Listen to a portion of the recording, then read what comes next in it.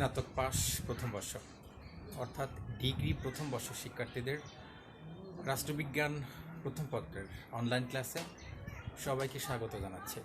তোমাদের সাথে আছি আমি শাহাদুজ্জামান। গত ক্লাসে তোমাদের রাষ্ট্রবিজ্ঞান প্রথম পত্র এবং দ্বিতীয় পত্রের সাজেশন দেওয়া হয়েছিল। এখন সেই সাজেশনের উপর ভিত্তি করে তোমাদের ক্লাসের ধারাবাহিকতায় আজ যে ক্লাসটা আমরা এখন আলোচনা করছি সেটা হচ্ছে রাষ্ট্রের উৎপত্তি সংক্রান্ত বিবর্তনমূলক মতবাদ। আশা করি পুরো ক্লাসটা সবাই খুবই মনোযোগ দিয়ে শুনবে এবং যদি কোথাও কোনো সমস্যা মনে হয় এই লিঙ্কের যে কমেন্টস বক্স আছে সেখানে জানাবে। রাষ্ট্রের বিবর্তনমূলক মতবাদ যাব সেখানে। তার পূর্বে একটু জানার চেষ্টা করব যে এই রাষ্ট্রটাকে তোমরা অনেকেই জানো রাষ্ট্র কি, রাষ্ট্র সম্পর্কে তোমাদের ধারণা ইতিমধ্যে হয়েছে। তারপরে আরেকটু বলছি, রাষ্ট্র হচ্ছে চারটা উপাদানের সমষ্টি। রাষ্ট্র একটা রাজনৈতিক প্রতিষ্ঠান, রাষ্ট্র একটা গতিশীল প্রতিষ্ঠান। রাষ্ট্রের প্রথম মূল এবং প্রধান লক্ষ্যই হচ্ছে জনগণের কল্যাণ, জনগণের নিরাপত্তা নিশ্চিত করা। প্লেটোর যে লেখা ছিল সেখানে আমরা দেখেছি the state exist to promote a better life, অর্থাৎ একটা সর্বোৎকৃষ্ট জীবন, একটা সুন্দর জীবন নিশ্চিত করার লক্ষ্যেই কিন্তু রাষ্ট্রের যে পদযাত্রা, অর্থাৎ রাষ্ট্রের সৃষ্টি হয়েছে কিন্তু এইভাবে যে মানুষের উন্নত জীবন নিশ্চিত করার লক্ষ্যে। তো বিষয় হচ্ছে আজকে যে রাষ্ট্রে আমরা বসবাস করছি, এখনকার যে সুসজ্জিত সুন্দর নিরাপত্তা বেষ্টিত যে রাষ্ট্র রয়েছে, সেই রাষ্ট্র কি একদিনে সৃষ্টি হলো? না, সেই রাষ্ট্রের পেছনে অনেকগুলো, রাষ্ট্রের উৎপত্তির পেছনে অনেকগুলো মতবাদ রয়েছে। বল প্রয়োগ মতবাদ রয়েছে, ঐশ্বরিক মতবাদ রয়েছে, বিবর্তনমূলক মতবাদ রয়েছে, অর্থাৎ বিভিন্ন মতবাদ রয়েছে, সামাজিক চুক্তি মতবাদ রয়েছে। প্রত্যেকটা মতবাদে বলা হচ্ছে যে সেই মতবাদ অনুযায়ী রাষ্ট্রের সৃষ্টি হয়েছে। বল প্রয়োগমূলক যে মতবাদ রয়েছে সেখানে বলা হচ্ছে যে রাষ্ট্র শক্তি প্রয়োগের মাধ্যমে এটাকে সৃষ্টি করা হয়েছে। আবার যেখানে ঐশ্বরিক মতবাদ রয়েছে সেখানে বলা হচ্ছে স্বয়ং ঈশ্বর রাষ্ট্রের সৃষ্টি করেছেন। আবার যেখানে সোশ্যাল কন্ট্রাক্ট অর্থাৎ সামাজিক চুক্তি মতবাদ রয়েছে সেখানে বলা হচ্ছে যে মানুষের পারস্পরিক যে সামাজিক চুক্তি রয়েছে সেই সামাজিক চুক্তির মধ্য দিয়ে রাষ্ট্রের সূচনা হয়েছে। আজকে যে বিষয় নিয়ে আমরা আলোচনা করছি সেটা হচ্ছে বিবর্তনমূলক মতবাদ, অর্থাৎ রাষ্ট্র সৃষ্টি হয়েছে বিবর্তনের ফলে। রাষ্ট্রের উৎপত্তি সম্পর্কে যতগুলো মতবাদ রয়েছে সবগুলো মতবাদের ভিতরে সবচাইতে গ্রহণযোগ্য এবং কার্যকরী যে মতবাদ সেটা হচ্ছে এই বিবর্তনমূলক মতবাদ। যতগুলো তাত্ত্বিক রয়েছে, রাষ্ট্রবিজ্ঞানী রয়েছে সাম্প্রতিক সময়ে, তারা সবাই, অর্থাৎ এটা সর্বজন স্বীকৃত একটা মতবাদ হচ্ছে বিবর্তনমূলক মতবাদ। আধুনিক রাষ্ট্রবিজ্ঞানীগণ যারা রয়েছে তারা অন্তত এই বিষয়টাতে সবাই একমত যে এটা বিবর্তনের ফল। একটু যদি পেছনে যায় তাহলে বিষয়টা আরো বেশি ক্লিয়ার হয়ে যাবে আপনাদের। আজকের যে রাষ্ট্র, সেই রাষ্ট্র কিন্তু একদিন এভাবে আসেনি। সভ্যতার সূচনা লগ্নে মানুষ অসভ্য বর্বর পাহাড়ে বসবাস করতো, আপনারা জানেন। সেখান থেকে ক্রমান্বয়ে কালের বিবর্তনে, নিরাপত্তার প্রশ্নে, কখনো ব্যক্তি স্বার্থ সংরক্ষণে, কখনো গোষ্ঠীর স্বার্থ সংরক্ষণের নিমিত্তে একত্রে হয়ে বসবাস করার চেষ্টা করেছে। সেই একত্রে বসবাস করার চেষ্টা থেকেই এসেছে পরিবার, পরিবার থেকে এসেছে সমাজ, সমাজ থেকে আরও সজ্জিতকরণ হয়েছে রাষ্ট্র। সুতরাং এই পুরা বিষয়টাই কিন্তু আমরা বলছি যে একটা বিবর্তনের ফল। অধ্যাপক গার্নার, আপনারা নাম শুনে থাকবেন, অধ্যাপক গার্নার তিনি বলছেন যে এই রাষ্ট্র যেটা, সেই রাষ্ট্রটা এটা বিধাতার সৃষ্টি নয়, অর্থাৎ রাষ্ট্রটা বিধাতা সৃষ্টি করেননি। এটা দৈহিক বা বল প্রয়োগের মাধ্যমেও এটা আসেনি, কোনো প্রস্তাব বা সম্মেলনের মাধ্যমেও এই রাষ্ট্র সৃষ্টি হয়নি, বা পরিবারের যে সম্প্রসারণ রয়েছে তার ফলেও এই রাষ্ট্র সৃষ্টি হয়নি। তাহলে রাষ্ট্র কিসের সৃষ্টি হলো? এই রাষ্ট্রের সৃষ্টি হয়েছে বিবর্তনের ফলে। আর বিবর্তনটা কি আপনারা জানেন? বিবর্তনটা হচ্ছে একটা পরিস্থিতি থেকে, অর্থাৎ একটা অবস্থা থেকে ধীরে ধীরে আর একটা অবস্থাতে যাওয়া, এটাকে আমরা বলছি বিবর্তন। অর্থাৎ অতীতে একরকম ছিল, এখন একরকম আছে, ভবিষ্যতে আর একরকম। এই বিষয়টাকে আমরা বলছি বিবর্তন। আমরা যদি মানুষের বিবর্তন দেখি, চার্লস ডারউইন এর বক্তব্য একটা আপনারা জানেন, সেখানে বলা হচ্ছে যে মানুষ বানর থেকে এসেছে, অর্থাৎ মানুষ এত যে সুসজ্জিত আজকের যে মানুষ সেটা এরকম ছিল না। এটা চার্লস ডারউইন, একজন ইহুদি তাত্ত্বিক, তার মতবাদ হচ্ছে এটা। সুতরাং এটাকে আমরা বলছি বিবর্তন, বা এটাকে গ্র্যাজুয়াল বলে, যেটা যে ধীরে ধীরে একটা অবস্থা থেকে আর একটা অবস্থার দিকে এটা যাচ্ছে, এটাকে আমরা বলছি যে বিবর্তনমূলক মতবাদ। অধ্যাপক বার্জেস, আরেকজন রাষ্ট্রবিজ্ঞানী, তিনি বলেছেন যে রাষ্ট্র মানব সমাজের ক্রম বিকাশের ফল। অর্থাৎ অধিকাংশ রাষ্ট্রতাত্ত্বিকগণ এ কথাই বলছে যে রাষ্ট্র হচ্ছে ক্রম বিকাশের ফল, অর্থাৎ রাষ্ট্রের সৃষ্টি হয়েছে বিবর্তনের মাধ্যমে। অর্থাৎ বার্জেস বলছেন যে যে সকল উপাদান রাষ্ট্রের ক্রম বিকাশকে সাহায্য করেছে সেই বিষয়গুলো আজকে আমরা আলোচনা করব। অর্থাৎ আপনাদের যে প্রশ্ন সেটা হচ্ছে যে রাষ্ট্রের বিবর্তনমূলক যে মতবাদ রয়েছে সেটা আলোচনা করো। এখন রাষ্ট্র যে বিবর্তনের ফলে সৃষ্টি হলো, সেই বিবর্তনের ফলে অর্থাৎ কোন কোন উপাদানের প্রেক্ষিতে রাষ্ট্র সৃষ্টি হয়েছে সেই বিষয়গুলো আমরা দেখার চেষ্টা করছি। প্রথমত, রক্তের সম্পর্ক। রক্তের সম্পর্ক সভ্যতার সূচনা লগ্নে মানুষ যখন পাহাড়ে বসবাস করত, তারা একত্রে বসবাস করতো না, যে যার মতো পাহাড়ের গুহায় বসবাস করত এবং নিজের জীবন ধারণের জন্য ফলমূল এবং পশু পাখি সংগ্রহ করত। তখন এই যে বন্য প্রাণী মাঝে মাঝে তাদেরকে আক্রমণ করত, আবার প্রাকৃতিক যে বিপর্যয়গুলো ছিল সেই প্রাকৃতিক বিপর্যয় তাদেরকে প্রতিনিয়ত বিপর্যস্ত করে তুলত। তখন তারা সিদ্ধান্ত নিল যে না, এইভাবে বিচ্ছিন্ন নয়, যদি অন্তত 2 জন বা 3 জন বা 4 জন যদি একসাথে বসবাস করা যায়, তাহলে এই যে বন্য প্রাণী রয়েছে বা প্রাকৃতিক যে বিপর্যয়গুলো রয়েছে সেই বিপর্যয় থেকে কিছুটা হলেও প্রশমিত হওয়া যাবে। তখন তারা কি করলো? তখন তারা যখন একত্রে বসবাস করা শুরু করলো, সেই একত্রে বসবাস করার শুরুর সাথে সাথে একটা পরিবারের সৃষ্টি হলো। মানুষ কখনো তার নিজের অজান্তেই পরিবারের সাথে যুক্ত হয়ে গেল, একটা পরিবার। ধীরে ধীরে এই পরিবার বড় হয়ে সমাজ, সমাজ বড় হয়ে রাষ্ট্র, এইভাবে বিবর্তনের ফলে রাষ্ট্রটা সৃষ্টি হয়েছে। এক্ষেত্রে গুরুত্বপূর্ণ ভূমিকা পালন করেছে কিন্তু রক্তের সম্পর্ক। অর্থাৎ একজন মা বাবা থেকে যখন আরেকটা শিশুর জন্ম নিল, তখন সে সেই পরিবারের আদলে, অর্থাৎ সেই পরিবারের অনুগত্যের মধ্য দিয়ে সে বড় হলো এবং সেই পরিবারের হচ্ছে সে সবচাইতে পরিবারের পৃষ্ঠপোষকতায় কিন্তু সে বেড়ে উঠলো। ম্যাকহাইবার বলছে যে পরিবার হচ্ছে একটা ক্ষুদ্র সরকার। আমরা যদি পরিবার দেখি, সেই পরিবারের একজন প্রধান রয়েছেন, যার ইঙ্গিতে, যার নিয়ন্ত্রণে পরিবারটি পরিচালিত হয়। অর্থাৎ সরকার ব্যবস্থার যে সূত্রপাত সেটা কিন্তু পরিবার থেকে এসেছে। এই জন্যই ম্যাকহাইভার বলছে যে পরিবার হচ্ছে একটা ক্ষুদে সরকার। অর্থাৎ এই যে পরিবারগুলো ধীরে ধীরে এক্সটেন্ড হয়ে সমাজ হচ্ছে, সেখানে সমাজে গোত্রপতি, সেই আলোচনা আমরা পরে যাচ্ছি। সুতরাং তাহলে এই যে রাষ্ট্র যখন বিবর্তনের ফলে সৃষ্টি হলো, তখন যেটা সবচেয়ে গুরুত্বপূর্ণ ভূমিকা রাখলো সেটা হচ্ছে রক্তের সম্পর্ক, অর্থাৎ ব্লাড কানেকশন। এই রক্তের সম্পর্ক বিবর্তনের ক্ষেত্রে গুরুত্বপূর্ণ ভূমিকা রেখেছে। এরপর 2 নাম্বার যে উপাদানটা রাষ্ট্রের বিবর্তনে গুরুত্বপূর্ণ অবদান রেখেছে, পয়েন্টগুলো লিখে নেবেন। প্রথমত ছিল হচ্ছে রক্তের সম্পর্ক, এবং দ্বিতীয়টা হচ্ছে ধর্মীয় বন্ধন।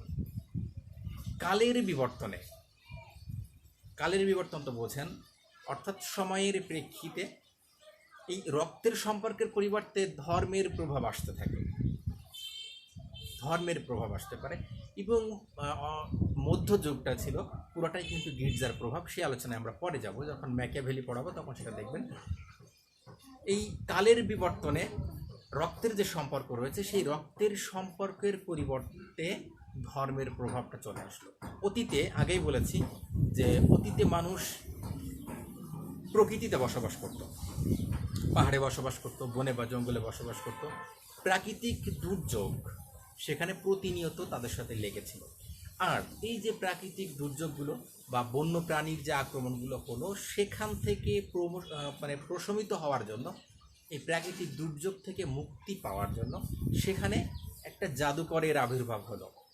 জাদুকরের আবির্ভাব কেন হলো? জাদুকর এটাই প্রচার করতে থাকলো যে তার দ্বারা এই যে প্রাকৃতিক বিপর্যয় রয়েছে বা বন্য প্রাণীর যে আক্রমণ রয়েছে সেটা প্রশমিত করা যাবে বা সেটা কমানো যাবে। এবং তৎকালীন সময়ে কিন্তু অর্থাৎ যারা বসবাস করত তাদের যে পূর্বপুরুষরা ছিল তারা হচ্ছে পূজা পার্বণে খুব বেশি বিশ্বাসী ছিল। অর্থাৎ তারা পূজা পার্বণ করত, মনে করতো যে এই পূজার মাধ্যমে দেবীকে যদি সন্তুষ্ট করা হয় তাহলে এই যে দুর্যোগ রয়েছে বা বন্যপ্রাণীর আক্রমণ রয়েছে সেখান থেকে মুক্তি পাওয়া সম্ভব।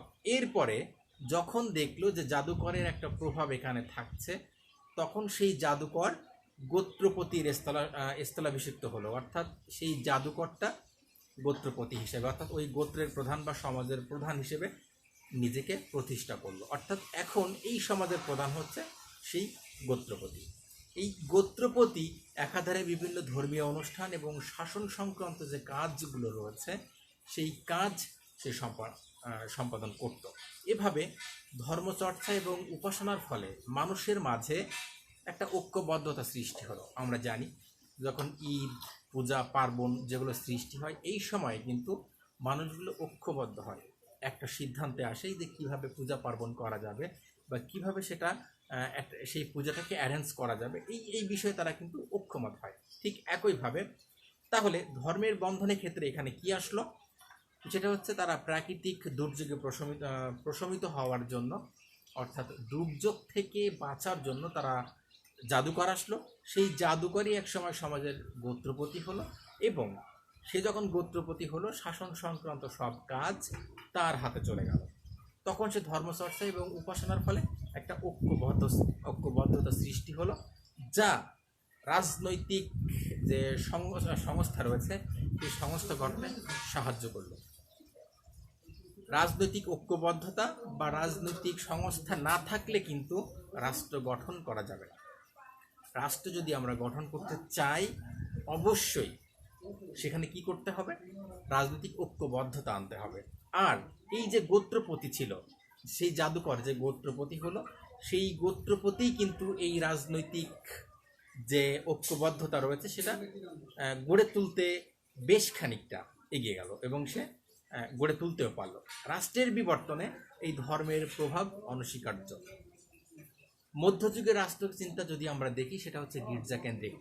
যখন আমরা ম্যাকিয়াভেলি পড়াবো তখন দেখবেন সেখানে কিভাবে এই ধর্মের প্রভাব রয়েছে রাষ্ট্র গঠনের ক্ষেত্রে। সুতরাং বুঝতে পাচ্ছেন যে যেহেতু রাষ্ট্র গঠন করার ক্ষেত্রে রাজনৈতিক একটা ঐক্যবদ্ধতা লাগবে, সুতরাং সেই জাদুকর বা গোত্রপতি এই ভূমিকাটাতে এসে রাজনৈতিক ঐক্য সৃষ্টি করলো, যা পরবর্তীতে রাষ্ট্র সৃষ্টির পক্ষে কিছুটা এগিয়ে নিয়ে গেল। এরপর 3 নাম্বার যে উপাদানটা রয়েছে, যে রাষ্ট্র যে বিবর্তনের ফলে যে সৃষ্টি হয়েছে সেটা, অর্থাৎ যে সকল উপাদান রাষ্ট্রকে বিবর্তনে বিকাশে সাহায্য করেছে তার 3 নাম্বার যে উপাদান সেটা হচ্ছে অর্থনৈতিক অবস্থা বা ইকোনমিক কন্ডিশন। তৎকালীন সময়ে খাদ্যের সন্ধানে তারা সংঘবদ্ধভাবে শিকার করতে যেত এবং তাদের যে দলপতি ছিল সেই দলপতির নির্দেশে সেই খাদ্য সবার কাছে বন্টন করা হতো। এর পরবর্তীতে কি আসলো, পশুপালন যে প্রথা আছে সেই পশুপালন প্রথার উদ্ভব ঘটে গেল। অর্থাৎ তারা পশু পাখি পালন করা শুরু করলো। যে ব্যক্তির অধীনে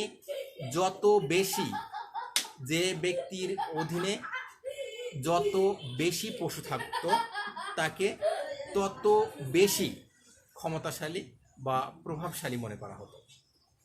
তার পরবর্তীতে কি হলো, পশুপালন যখন হচ্ছে সেই পশুপালনের পরবর্তী সময়ে কৃষিজীবীদের একটা উদ্ভব ঘটে গেল।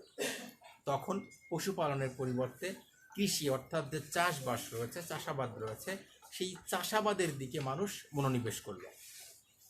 তারপরে কি হলো, যখন চাষাবাদ করলো এক শ্রেণীর মানুষ চাষাবাদ করে আর এক শ্রেণীর মানুষ সেটা ভোগ করে, তখন থেকে শোষণ যে কথাটা রয়েছে সেই শোষণের পথটা কিন্তু উন্মোচিত হলো। অর্থনৈতিক অবস্থার ভিতরে কয়েকটা পয়েন্ট আসলে বুঝতে পেরেছেন। প্রথমত হচ্ছে তারা খাদ্যের সংকুলনে একত্রে তারা খাদ্য সংগ্রহ করত এবং সেটা গোত্রপতির নির্দেশে সমানে সেটা বন্টন করত। তারপরে কি হলো, পশুপালন আসলো, যার অধীনে যত বেশি পশু ছিল তাকে তত বেশি ক্ষমতাধর মনে করা হতো। তার পরবর্তীতে পশুপালনের পরে আসলো কৃষিজীবী অর্থাৎ কৃষি উৎপাদন করা হলো। যখনই এই কৃষির উৎপাদন আসা শুরু হলো, তখন সেখানে শোষণ আসতে শুরু করলো। অর্থাৎ এক শ্রেণীর মানুষ উৎপাদন করছে, আর এক শ্রেণীর মানুষ সেটা ভোগ করছে। অর্থাৎ তখন সেখানে যেটা হলো যে শাসক এবং শোষিতর একটা সম্পর্ক চলে আসলো, যেটা রাষ্ট্র সৃষ্টির পথে আরও এক ধাপ এগিয়ে নিয়ে গিয়েছিল। রাষ্ট্রের বিবর্তন তত্ত্বের যে আর একটা উপাদান রয়েছে, সেই উপাদানটা হচ্ছে যুদ্ধ বিগ্রহ। মানুষ আজকে যে সভ্য, যুদ্ধকে যারা ধ্বংসাত্মক মনে করে বা যুদ্ধ ক্ষতিকর এই নীতিতে যারা বিশ্বাস করে, সেটা আধুনিক সভ্যতার এই জ্ঞান সম্পন্ন মানুষগুলোই। সভ্যতার সূচনা লগ্নে মানুষ কিন্তু এতটা সভ্য ছিল না। তারা যুদ্ধ বিগ্রহে এবং অপরের উপর প্রভাব প্রতিপত্তি বিস্তারে বেশি সচেষ্ট ছিল। কিছুটা পশুত্বের যে লক্ষণ ছিল, সেই লক্ষণও কিন্তু মানুষের ভিতরে ছিল। সুতরাং এই যে যুদ্ধ বিগ্রহটা, এটাও কিন্তু রাষ্ট্রের এই বিবর্তনের পক্ষে কিছুটা এগিয়ে নিয়ে গিয়েছে। যে যত বেশি পরিক্রমশালী, অর্থাৎ যার শক্তি যত বেশি, তার আধিপত্য কিন্তু তত বেশি ছিল। তখন যে যুদ্ধ বিগ্রহগুলো হতো, সেই বিজয়ী শাসক, অর্থাৎ সে যখন যুদ্ধে যিনি জয়লাভ করতেন, সেই বিজয়ী শাসক কি করত, যে পরাজিত হয়েছে সেই পরাজিত শাসকের উপর আধিপত্য বিস্তার করত, তাকে বন্দি করে রাখতে এবং তার উপরে কর্তৃত্ব খাটানোর চেষ্টা করত। এভাবে ক্রমাগত যুদ্ধ বিগ্রহের ফলে অপেক্ষাকৃত দুর্বল যে সম্প্রদায়গুলো ছিল, সেই দুর্বল সম্প্রদায়গুলো একটা শক্তিশালী বিজয়ী শাসকের অধীনে আসতে থাকে। এভাবে ক্ষুদ্র যে সাম্রাজ্যগুলো ছিল বা ক্ষুদ্র যে সত্তাগুলো ছিল, সেই ক্ষুদ্র সত্তার বিলুপ্তি হয়ে একটা বৃহৎ রাষ্ট্রীয় সত্তার সৃষ্টি কিন্তু হলো। এরপর 5 নাম্বার যে উপাদানটা, সেটা হচ্ছে রাজনৈতিক চেতনা, পলিটিক্যাল থট। আগেই বলেছি, রাষ্ট্র গঠনের ক্ষেত্রে সবচাইতে গুরুত্বপূর্ণ যে উপাদানটা, সেটা হচ্ছে রাজনৈতিক চেতনা। রাষ্ট্র একটা রাজনৈতিক প্রতিষ্ঠান, রাষ্ট্র রাজনৈতিক এবং গতিশীল একটা প্রতিষ্ঠান। সুতরাং সেখানে যদি রাজনৈতিক চেতনা না থাকে, রাজনৈতিক সত্তা না থাকে, তাহলে সেখানে কোনোভাবেই রাষ্ট্র গঠন করা সম্ভব হবে না। মানুষ সবসময়, মানুষ প্রকৃতিগতভাবেই বা জন্মগতভাবেই স্বার্থপর এবং আত্মকেন্দ্রিক। মানুষ সবসময় নিজের চিন্তাটাই করে, কী করলে তার ভালো হবে, কি করলে সে নিজে নিরাপদ থাকবে, সেই চিন্তাটাই করে। আর সেই চিন্তা থেকেই কিন্তু আজকে রাষ্ট্রের উৎপত্তি হয়েছে। কিভাবে, সেটা হচ্ছে মানুষের স্বীয় স্বার্থ এবং অধিকার সংরক্ষণার্থে রাজনৈতিক সংগঠন গড়ে তুলতে সক্ষম হয়েছে। আগেই বলেছি, যখন রাষ্ট্রের অস্তিত্বই ছিল না, মানুষ যখন পাহাড়ে বসবাস করত বা পাহাড়ের গুহায় যখন বসবাস করত, তখন যখন বন্য প্রাণী দ্বারা এবং প্রাকৃতিক বিপর্যয় দ্বারা ক্রমাগত আক্রান্ত হচ্ছে, তখন কিন্তু তারা সিদ্ধান্ত নিয়েছিল যে যদি একত্রে বসবাস আমরা করতে পারি, তাহলে এই বন্যপ্রাণী বা যে প্রাকৃতিক বিপর্যয় রয়েছে, সেখান থেকে আমরা মুক্তি পাব। তার মানে কি, মানুষের ভিতরে কিন্তু এই স্বার্থপরতা বা সেই আত্মকেন্দ্রিক মনোভাব কিন্তু রয়েছে। অর্থাৎ স্বীয় স্বার্থ রক্ষার যে মনোভাব, সেটা কিন্তু কাজ করছে। এই স্বীয় স্বার্থ এবং অধিকার রক্ষার ক্ষেত্রে মানুষ প্রথম যে সংগঠন গড়ে তুলেছিল নিরাপত্তার প্রশ্নে, তার অর্থের যে নিরাপত্তা, আমরা যখন দেখলাম পশু পাখি থেকে এসে চাষাবাদ শুরু করলো, তখন সেই চাষাবাদের মাধ্যমে উৎপাদিত যে ফসল সামগ্রী রয়েছে বা দ্রব্য সামগ্রী রয়েছে, সেই সম্পদের নিরাপত্তার প্রশ্নে কিন্তু তারা সংগঠন গড়ে তুলেছিল। সুতরাং আমরা এটাই বলবো যে রাজনৈতিক চেতনায় সমাজ এবং রাষ্ট্রীয় যে ভিত্তিমূল রয়েছে, সেই ভিত্তিমূলকে আরও সুদূর করেছে। এত সময় যে বিষয়টা নিয়ে আমরা আলোচনা করলাম, সেটা হচ্ছে রাষ্ট্রের বিবর্তনমূলক মতবাদ। অর্থাৎ রাষ্ট্র যেটা আমরা আজকে দেখছি, সেই সভ্য রাষ্ট্র কিন্তু একদিনে সৃষ্টি হয়নি, সেটা বিবর্তনের মাঝে সৃষ্টি হয়েছে। আর এই বিবর্তনের মাঝে যে উপাদানগুলো কাজ করেছে, সেই উপাদানগুলো আমি এত সময় আলোচনা করলাম। এরপর আমি আরও একটু বলছি যে রাষ্ট্রের এই বিবর্তনের পেছনে যে উপাদানগুলো গুরুত্বপূর্ণ কাজ করেছে, অর্থাৎ গুরুত্বপূর্ণ ভূমিকা রেখেছে, সেই উপাদানগুলো হচ্ছে প্রথমত রক্তের সম্পর্ক। প্রথমত রক্তের সম্পর্ক, দ্বিতীয়ত ধর্মের বন্ধন, এবং তৃতীয়ত হচ্ছে অর্থনৈতিক অবস্থা, এবং চতুর্থত যেটা গুরুত্বপূর্ণ ভূমিকা পালন করেছে সেটা হচ্ছে যুদ্ধবিগ্রহ, এবং 5 নাম্বার যেটা সেটা হচ্ছে রাজনৈতিক চেতনা।